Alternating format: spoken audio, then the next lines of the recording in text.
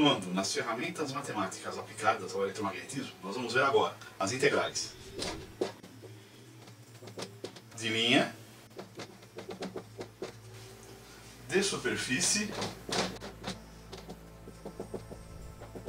e de volume. Vamos discutir cada uma delas, como elas se aplicam, os fundamentos matemáticos relativos a cada uma e como nós vamos utilizá-las no eletromagnetismo. Vamos tomar os fundamentos da integral de linha, da integral de superfície e da integral de volume e como nós podemos aplicá-los para resolver problemas de eletromagnetismo. O conceito de integração que nós temos, especificamente para uma variável, nos leva à seguinte situação. Nós temos aqui uma função de x em relação a x, a sua variável, e nós temos aqui a função propriamente dita, os valores que entram em f de x e v de x. Se nós tomarmos dois intervalos dentro desta função, podemos denominá-los a e b, nós sabemos que a integral de a até b da função de x no infinitésimo de x e calcula essa área. Então essa área é uma integral. Lembrando ainda que o resultado de uma integral, seja uma integral definida ou não, é sempre um número. Mas nós estaremos trabalhando com vetores. Apesar que o resultado dá um escalar. Estaremos trabalhando com vetores, integrais de produtos escalares e de produtos vetoriais. Lembrando a considerar que uma função é como uma máquina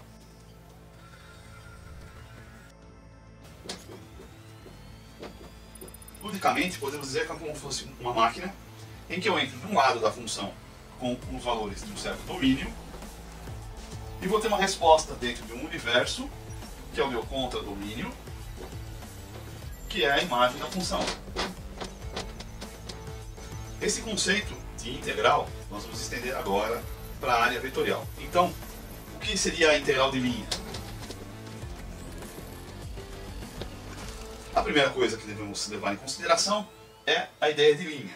Linha, ou contorno, ou caminho. No R3, podemos definir, assim também como no R2, ou no próprio R1, podemos definir linha como sendo um caminho, inicia-se num extremo e termina em outro. Uma curva no espaço é uma linha. Esta curva pode ser aberta, com extremos, ou uma curva fechada. E esta curva tem uma certa direção. Podemos definir nesta curva segmentos infinitesimais, que nós vamos denominar como DL. Então, o nosso DL é um segmento infinitesimal dessa curva. E esse DL tem uma direção sobre a curva e um sentido nesta curva. Isso, então, faz do seu DL um vetor infinitesimal.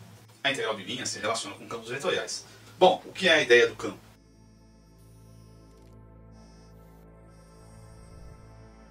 Bom, se tem campos vetoriais é porque tem campos escalares também. Vamos tentar retomar a ideia de campo. Um campo escalar, que é uma coisa mais simples, é uma relação de uma função. Isso é, para cada ponto do espaço, caso se nós estivermos trabalhando numa função do espaço, eu tenho associado a esse ponto um número. Vejamos um exemplo no R3. Por que R3? Porque eu tenho as três dimensões dadas por x, y, z. Então, nesse caso aqui, esta função vai me dar um número. O valor aqui é um valor escalar. Então, se nós tomarmos, por exemplo, o valor de x igual a 1, y igual a 1, z igual a 1, o que nós teremos? Simplesmente substituímos os valores aqui. Vai ficar 1 mais 1, 2, 4. Então, essa função, dado por essa expressão, quando entramos com esses valores, me dá um resultado que é um número. Isso é uma função escalar. Por quê? Porque a cada momento que eu mudar os valores das variáveis, vou ter um conjunto de números para ser mapeado, definido por essa função. A cada momento que se troca os valores dos escalares, eu mapeio um novo número na função.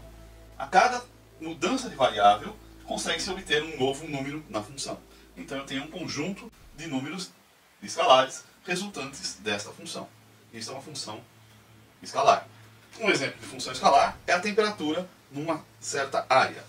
Então imaginemos uma certa região em que eu tenho dimensões dadas em x, em y, z. Pode ser profundidade, largura e altura de uma sala.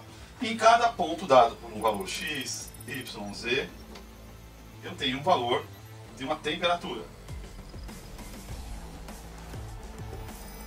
Então em cada uma das posições, posição x1, y1, z1, posição x2, y2, z2, posição x3, y3, z3, em relação a essa base canônica, ou esta base principal, x, y, z, eu tenho essas posições, e em cada uma dessas posições eu vou ter um valor de temperatura.